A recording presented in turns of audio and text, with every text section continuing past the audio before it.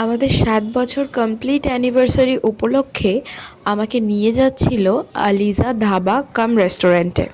তো আমায় দুটো অপশান দেওয়া হয়েছিল, একটা গ্রাম নাকি শহর।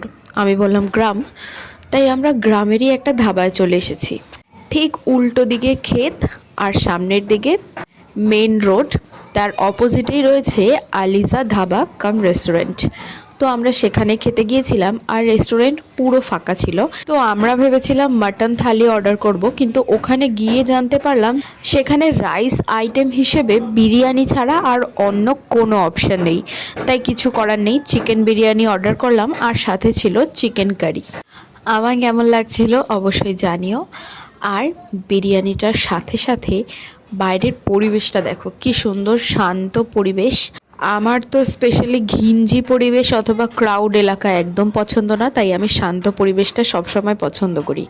তো এখানে এক প্লেট চিকেন বিরিয়ানি 100 রুপিস ছিল, আর এক প্লেট চিকেন কষা বা কারি যাই বলো না কেন সেটা ছিল 200 টাকা, যেখানে 4 পিস দেওয়া হয়েছিল। রাইসটা দেখে বোঝাই যাচ্ছে লং গ্রেন বাসমতি রাইস দিয়ে তৈরি করা হয়েছে, ভীষণ ঝুরঝুরে, খেতে ভীষণ টেস্টি ছিল। কিন্তু কোয়ান্টিটি এত বেশি ছিল যে আমরা ওটা শেষ করতেই পারিনি। শেষে মনে হলো যে এক্সট্রা চিকেন নেওয়ার কোনো দরকারই ছিল না, কারণ এতটা খাওয়া সত্যিই সম্ভব না। তবে যেটা আমার বেশি মনে হলো সব থেকে, সেটা হলো বিরিয়ানিতে ইউজ করা আতর। আতরের গন্ধটা একটু বেশি লেগেছে, আদারওয়াইজ ইটস গুড। আশপাশের পরিবেশ উপভোগ করতে করতে এমন খাওয়ার মজাই আলাদা। ছোট্ট করে তোমরাও দেখে নাও জায়গাটা কি সুন্দর, পিছনটা পুরো ক্ষেত। কেমন লাগছে? ঝুরঝুরে রাইস। চিকেন আইটেমটা একটু টেস্ট করা যাক, চিকেন কষা। তো স্পুন দেয়নি এক্সট্রা যে একটু তুলে নেব, তো এইভাবেই নিতে হবে।